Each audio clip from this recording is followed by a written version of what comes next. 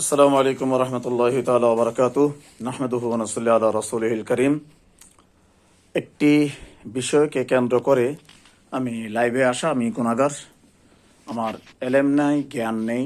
আমি আমলের দিক দিয়েও একবারে সবার লাস্ট পর্যায়ে, এলেমের দিক দিয়েও সবার লাস্ট পর্যায়ে।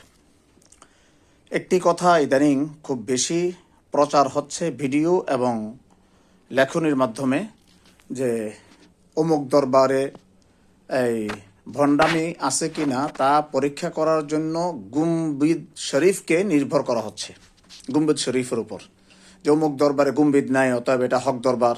অমুক দরবারে গুম্বিদ আছে মাজার শরীফের উপরে, অতএব এটা ভণ্ড দরবার। আমি শুধু কোরআন হাদিসের দিকে পরবর্তীতে যাব। একটি কথা স্মরণ করে দিতে চাই, কোনো দরবারের মাজার শরীফের গুম্বদ থাকা না থাকা এটা হক্কানিয়তের দলিল নয়। আবার একে কেন্দ্র করে শোনা যায় যে গরম সুন্নি নরম সুন্নি। সুন্নি হতে হলে গরম সুন্নি হওয়া দরকার। নরম সুন্নিরা দেখা যায় বিভিন্ন সময় বাতিলদের সাথে আপোষ হয়ে যায়। গরম সুন্নি আমলের দিক দিয়েও গরম থাকতে হবে, সাথে সাথে আকীদার দিক দিয়েও গরম থাকতে হবে। যাক, এবার মেইন বিষয়বস্তুর দিকে আসা যাক। গুম্বিদ শরীফ মাজার শরীফে থাকা এটা যদি নাজায়েজ হতো, তাহলে বাংলাদেশের মধ্যে বলেন, পাক ভারত উপমহাদেশের মধ্যে বলেন, যতগুলো দরবার শরীফ আছে এবং তারা বায়াত করার সময় যেই তরিকার কথাগুলো উচ্চারণ করেন, কাদেরিয়া, চিশতিয়া, নকশবন্দিয়া, সাহরাওয়ার্দিয়া, এখন তাদের কাছে আমার প্রশ্ন, যে কাদেরিয়া সিলসিলার উপর তারা বায়াত করেন, তাহলে গাউসে পাক আব্দুল কাদের জিলানী রহমতুল্লাহি আলাইহির মাজার শরীফের উপর যে গুম্বদ, তাহলে কি ওই সিলসিলার উপর যে বায়াত করানো হচ্ছে, তাহলে বড় পীর আব্দুল কাদের জিলানী রহমতুল্লাহ আলাইহি নাউজুবিল্লাহ ভণ্ড ছিলেন? আর তাদের মাজার শরীফের উপর গুম্বদ নাই বিদায় তারা হক, গাউসে পাক ভণ্ড? যদি গাউসে পাক ভণ্ড হয় নাউজুবিল্লাহ, তাহলে তারা যে বায়াত করাইতেছেন, তাহলে তাদের এই বায়াতটাও ভণ্ডামিতে পরিণত হবে। গাউসে পাক বলেন, তারপরে বাহাউদ্দিন নকশবন্দ রহমতুল্লাহ আলাইহি বলেন, যেটা নকশবন্দিয়া তরিকার, চিশতিয়া তরিকার খাজা আজমিরি রহমতুল্লাহ আলাইহি বলেন, তারপরে আপনার শিহাবুদ্দিন সরওয়ার্দি রহমতুল্লাহ আলাইহি বলেন, প্রত্যেকটা তরিকার যারা প্রবর্তক, সিলসিলার প্রবর্তক, ওই সিলসিলার প্রবর্তক যারা, তাদের প্রত্যেকেরই মাজার শরীফের উপর গুম্বিদ অবশ্যই আছে। সর্বোপরি সিয়াসিত্তার হাদিসের কিতাবের যারা নাকি মেন, ইমাম বুখারী রহমতুল্লাহ আলাইহি, ইমাম তিরমিজি রহমতুল্লাহ আলাইহি, ইমাম আবু দাউদ রহমতুল্লাহ আলাইহি, ইমাম নাসাই রহমতুল্লাহ আলাইহি, ইমাম আপনার ইবনে মাজাহ রহমতুল্লাহ আলাইহি, এই সমস্ত সিয়াসিত্তার হাদিসের কিতাব সহ অন্যান্য সমস্ত হাদিসের কিতাবের যারা নাকি লেখক এবং যারা এই হাদিসের কিতাব সংকলন করেছেন, আমরা যাদের মাধ্যমে পেয়েছি, ইমাম বুখারীর চেয়ে বড় আলেম, ইমাম বুখারী রহমতুল্লাহ আলাইহির চেয়ে বড় হক্কানিয়তের উপর যারা আমরা হক্কানিয়তের দলিল দেই বুখারী শরীফ থেকে, স্বয়ং ইমাম বুখারী রহমতুল্লাহ আলাইহির মাজার শরীফের উপর গুম্বুদ আছে। গুম্বুদ শরীফ কোন মাজার শরীফের উপর রাখা না রাখা এটা ওই দরবারের ব্যক্তিগত ব্যাপার, কিন্তু এটাকে কেন্দ্র করে গুম্বিদকে ভণ্ডামির একটা চিহ্ন মনে করা, এটা স্পষ্টত গুমরাহি এবং এই আপনার বাতিল পন্থীদের এই এজেন্ট হিসাবেই ধরা যেতে পারে। সর্বোপরি সর্বোপরি সর্বোপরি আমাদের আকা মাওলা তাজদারে মদিনা আহমদ মুজতবা মুহাম্মদ মুস্তাফা সাল্লাল্লাহু আলাইহি ওয়াসাল্লামার রওজা মুবারকের উপর যে সবুজ গম্বুজ শরীফ আছে, এই সবুজ গম্বুজ শরীফ থাকাটা কি সেটা বেদাত?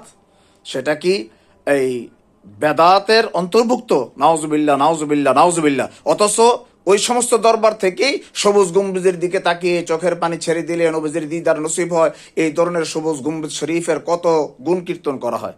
অতএব আমার অনুরোধ থাকবে, যে কেউ যে কোনো দরবারের বায়াত হন, যে কোনো দরবারের ভক্ত হন, এটা তার ব্যক্তিগত ব্যাপার, কিন্তু ওই দরবারে গম্বিদ নাই বিধায় গম্বিদ থাকাটা ভণ্ডামির আলামত নয়, বরং ভণ্ডামির আলামত হচ্ছে। এবং গরম সুন্নিরা কখনো শিরিক বেদাতকে ভণ্ডামিকে প্রশ্রয় দেয় না।